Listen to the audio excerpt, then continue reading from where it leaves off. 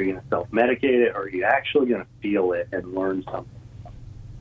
Which is the harder thing to do, especially when you're in the habit of changing the way you feel with that. Mm-hmm. So people don't get the job that they interviewed for, and they're disappointed they hit a bottle, or their relationship didn't go the way they wanted it to. There's a lot of things that people will turn to self-medicate for, because it produces anxiety, and a lot of people don't like the feeling of anxiety, and alcohol and all sorts of things alleviate anxiety.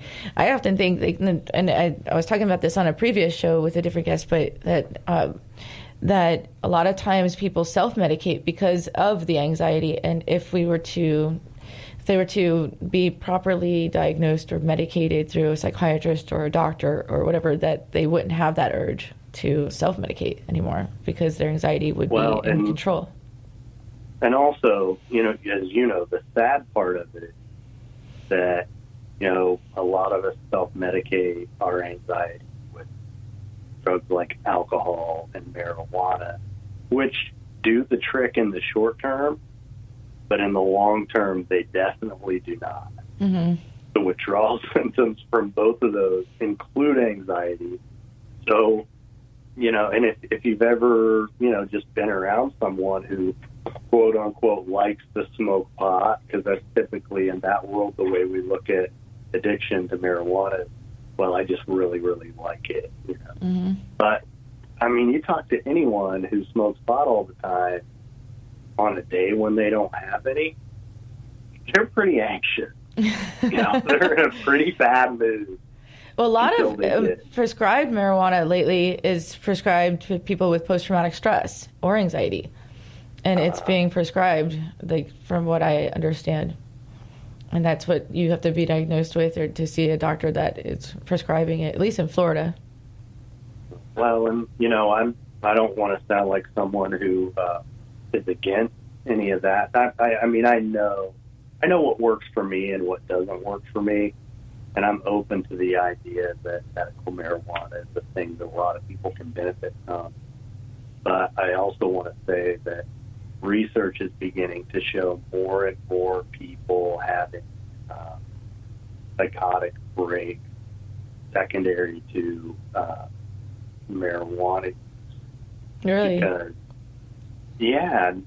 as time goes on, because it's so much stronger now than it used to be. The stuff that you're buying, people buy commercially now, but is inducing psychosis at a much higher rate than marijuana did before.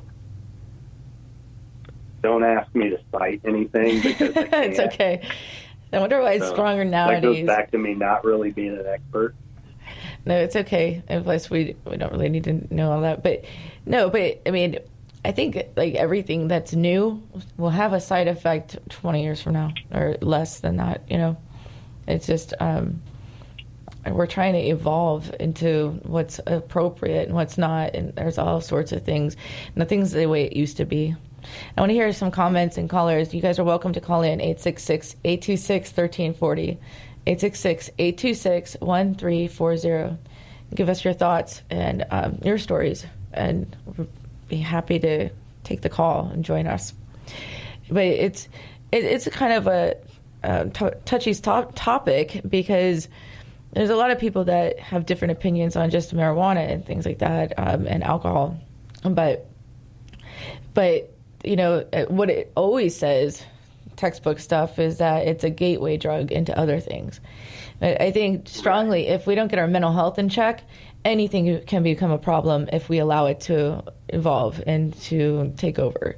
So it could be a simple thing at first, but if our mental health isn't stable, anything can happen. And that's why it's so important to talk about these things and to treat our mental health. Well, and for me, having done this kind of work for a long time, what I'm really interested in is, okay, so we're talking about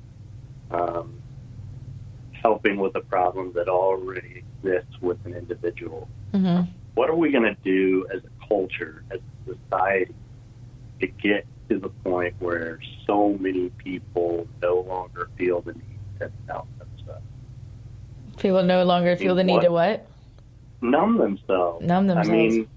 I mean, because if you look at the way we live, why are all these people so desperate emotionally that they're, we have people dying of overdose and drugs? Mm-hmm. I mean, that's what what is it that we need to change?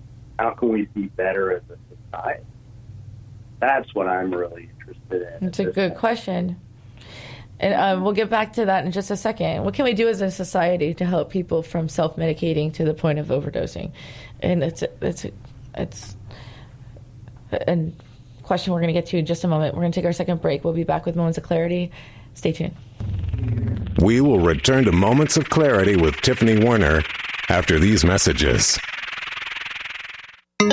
This is the Tan Talk Radio Network. Are you looking to expand your knowledge in the mental health field and earn CEU credits at the same time? DID Discovering Hope is having their annual Creating Resilience Conference on November 15th and 16th, and it's open to all trauma survivors and therapists. 2 days of educational workshops will be led by internationally respected experts, including keynote speaker Dr. Colin A. Ross. For mental health professionals, 11 hours of CEUs are available. For more information or to register, visit diddiscoveringhope.org. Once again, that's diddiscoveringhope.org. Hi, this is Tiffany Warner, your host of Moments of Clarity. Living with a mental health disorder is not easy. If you or someone you know are struggling with this, please know it's so important to seek treatment, and I'm here to help. Please visit the website at momentsofclaritywithtiffany.com to view blog posts and resources on this site to help educate and inspire you to take action, because there's no shame in seeking help for mental health. While you're there, please take a few seconds to sign up for my email list. You'll get some extremely valuable educational and entertaining content that can be sent right to your inbox each week. Plus, you'll also get instant and free access to my guide on managing your anxiety. You can also follow me on Twitter at MOC with Tiffany and at Facebook at Tiffany Warner. And once again, the website is momentsofclaritywithtiffany.com. Thank you so much for your support and for listening to your show, because change can only come when we stand together as one.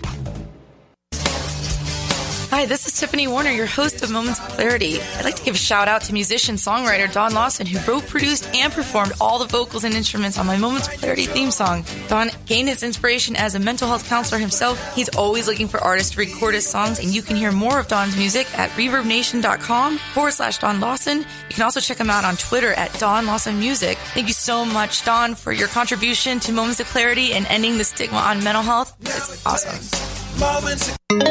This is the Tan Talk Radio Network.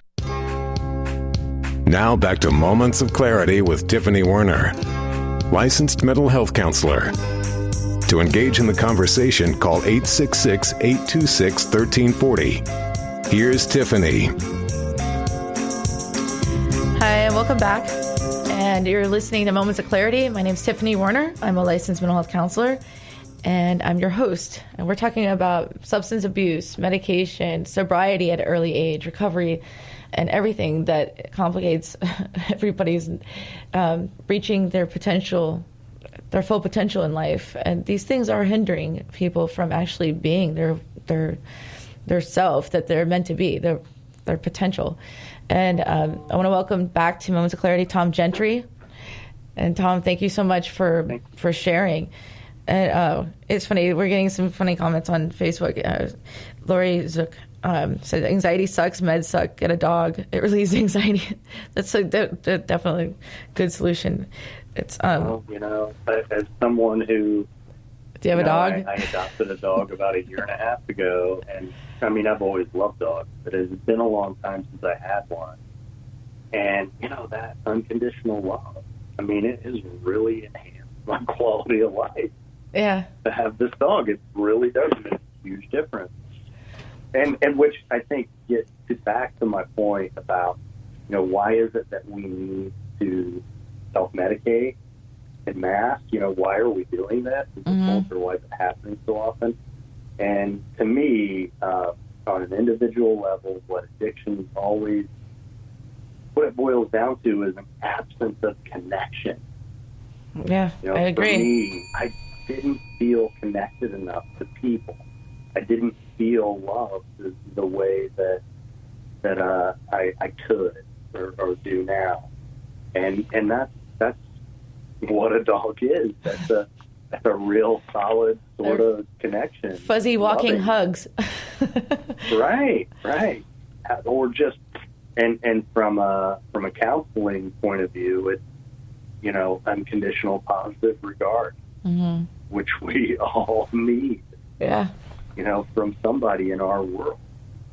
Someone who's always going to be there for us. And dogs can serve that purpose, definitely. But yeah, you talk about the, really being ourselves and what inhibits us from being ourselves. And that's really what has inspired my podcast. The path to authenticity. I mean, what that means to me is the path to self. Mm-hmm. And for me, where I really got off track in life, which, alcohol was part of it, a huge part of it. But really it was, had I always been able to be true to myself and follow my own path, hear my own inner voice, follow that, then, I wouldn't have gotten into all the trouble with alcohol that I did. And the answer to that quandary has always been to get back to self, get back to who I really am. Some people are scared to find out who they really are. Well, it can be kind of scary, can it?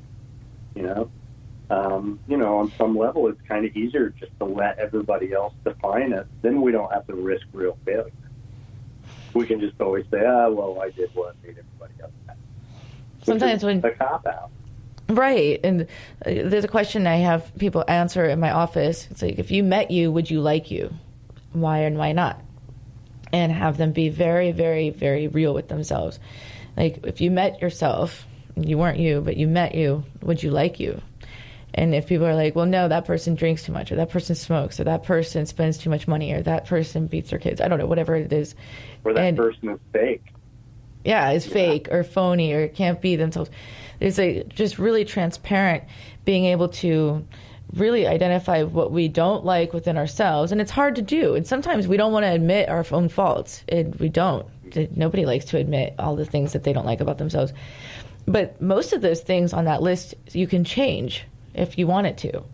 And the things that we don't like about ourselves, if it's like that person's overweight or doesn't spend enough time with their kids or things, there's a lot of things on that negative list that we can do to improve our own personal quality of life that we don't or we resent about our own selves. And that can change our own negative thoughts on how we look at ourselves. It's just an activity that works. A lot of times it just boils down to habit. Mm-hmm. What do I do with my time? What am I investing in my little world? And time is something we can't get back. And time is so precious. And it's something that, we pay people for their time. We pay people for services. It's one of those things that we can't replace. And it's precious. And then with substance abuse, we're saying about addiction and things that most people, I don't think I've met one person that didn't regret their time wasted with addiction, or that they didn't remember, or time spent being upset about something or anxious, or spent in a way that if they could redo it, they wouldn't have done it the same way. Yeah, personally, I drank because I liked to drink too. I had a lot of fun with it. Let's be real. Being young and party, being a part of that whole world. The way I kind of describe it to people now is I did my share of it. I kind of crammed it all into my first 23 years and did enough to last me a lifetime, which is true. But I don't. There were things I regret doing. There are things I regret not having done. There are times I wish I was more present. But overall, I don't. One of the things that you hear around the 12-step community is this line from the literature: we won't regret the past nor wish to shut the door on it. I learned from my past, and even in recovery, the mistakes that I've made in recovery, I've learned from those too. They make me who I'm a better person